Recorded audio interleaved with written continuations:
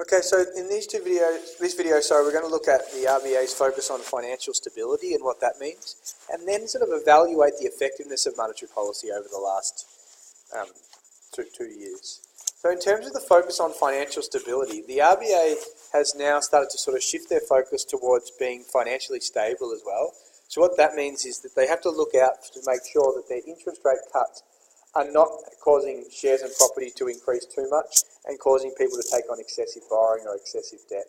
So they know that our excessive indebtedness is exposing us to a household collapse or a share market collapse, so that if things start to go belly up, people are going to be in a lot of debt and are really going to struggle. So the government is mindful that they're not lowering interest rates by too much so that people don't over-leverage or go into too much debt, so that we can achieve more sustainable financial stability and sustainable growth. So basically, in simple terms, financial stability is about making sure they don't lower interest rates too much so that our debt gets completely out of control, so that people aren't in really bad ways if we ever experience a downturn. In terms of the effectiveness of monetary policy, so if you get asked to evaluate how effective monetary policy has been in achieving its stated objectives, well, they have had some really, in some ways they've been really effective.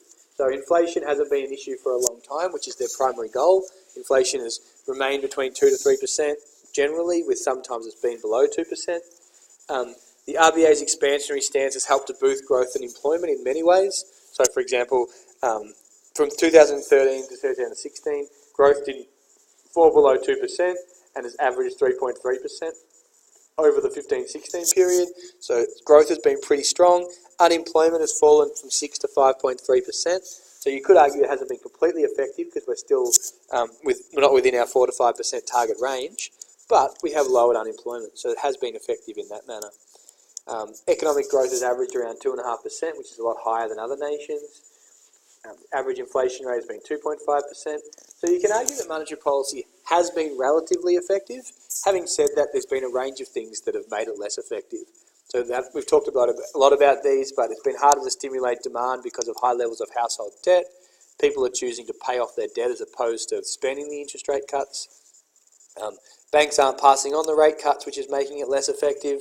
So, for example, in 2016, the banks passed on around 10 basis points out of the 25 basis points, remembering that they don't have to pass on the full amount. And then this year, with the cash rate staying the same, the banks have actually increased their rates. So even though the cash rate stayed the same, the banks have increased their rates, which has made it harder for monetary policy to be expansionary.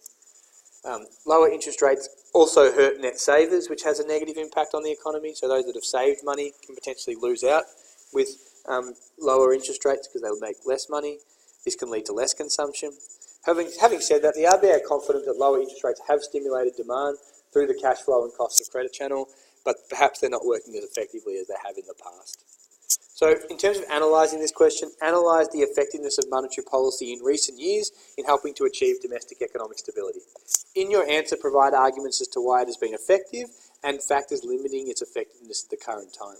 The first thing you've got to do is define domestic economic stability.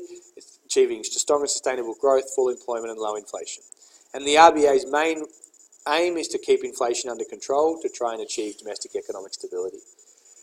So in terms of how effective they've been, well, inflation hasn't been an issue. It's been averaged around 2.5%, which is perfect, and it's generally been well within the RBA's target range.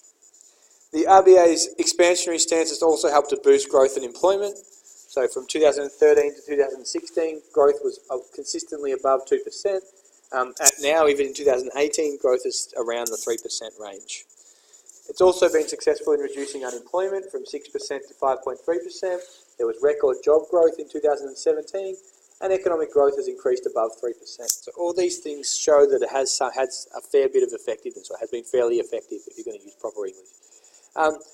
Whilst the RBA has achieved some success, employment is still not within the target range, and that has partly been due to some of the factors limiting the effectiveness of monetary policy. So again, if you're analysing why it's become less effective, it's been harder to stimulate demand because of high levels of household debt. Households are instead choosing to pay off their debt, which means that they have to lower the cash rate even further to stimulate demand. Many banks are not passing on the rate cuts, which also hurts, so they had to lower the cash rate further.